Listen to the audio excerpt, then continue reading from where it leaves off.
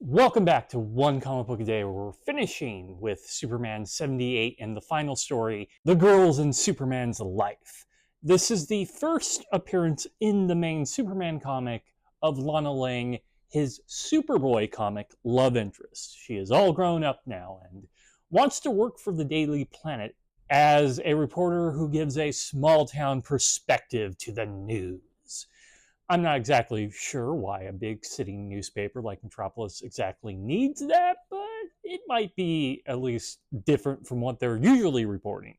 Now, right away on the title page, which you have already seen, and I'll bring it back up here, it looks like by the interaction between Lana and Lois that this is going to be a story about Lois and Lana being super jealous of each other and probably in competition or combative. Not a story I particularly want to read, especially seeing how Lois has been portrayed in the 1950s. But it's misleading because surprisingly, it's not about Lois being jealous. Now, there are times where she is scared, thinking Superman's going to just go back to Lana, but it's never a fierce, like, I hate Lana because of this. It's just like a anxiety. It's still not the Lois I love, but it is a more understandable self-doubt that I would rather have, as long as it wasn't like a constant thing every issue, than her being, monstrous to this other woman. They're actually very supportive of each other, and I quite like that. In a weird way, the story ends up becoming kind of a Superboy story. Lana gets a chance to tell stories about Superboy for the paper, and this leads to like a 2-page montage of quick little Superboy scenes of him stopping crime until she remembers a specific crime where the crime was being recorded for some strange reason, and she realizes if there was film in the camera, they have possibly gotten Superboy changing, and we would know the secret identity. Once she and Lois end up working together to go find it, the guy who has the film realizes what he has and tries to. And essentially is going to hold a screening for about $1,000 a pop, which is fairly cheap for the criminals to find out who Superman is. So even when it's essentially two Superman love interests working together, it becomes just a story about who is Superman.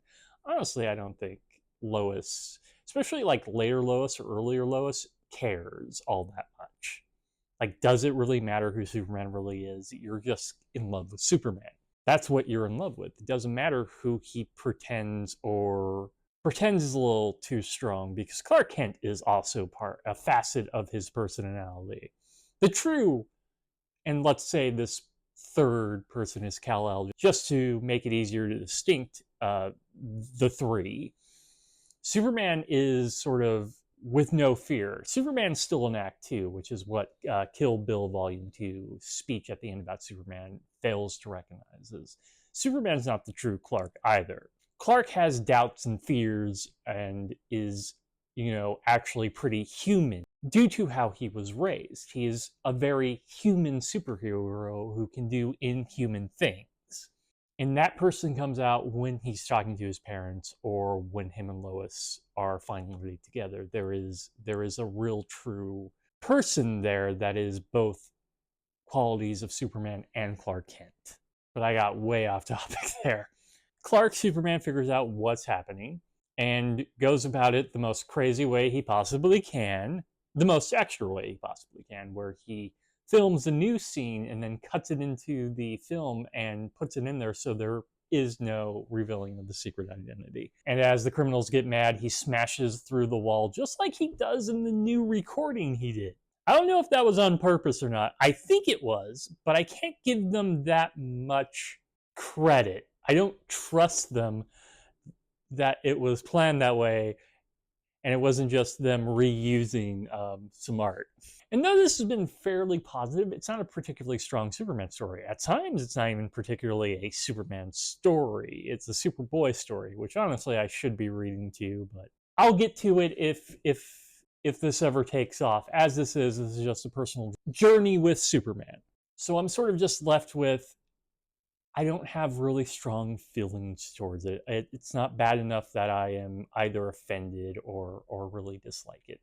And it's not good enough that I'm overjoyed to recommend it. It's just kind of in the middle throwaway Superman story quality stuff. The only things that make me kind of happy about it is when given the chance to portray two women horribly, it didn't do that. So that is it from the girls in Superman's life. If you enjoyed this video, please like and subscribe, hit the bell icon to get notifications when a new video goes up. I do this Monday through Friday, but Fridays is Bat Friday, where I cover a Batman story in either Detective Comics or Batman. Until next time, let us ponder the question, whatever did happen to the Man of Tomorrow? And why bring Lana into this and apparently give her a job?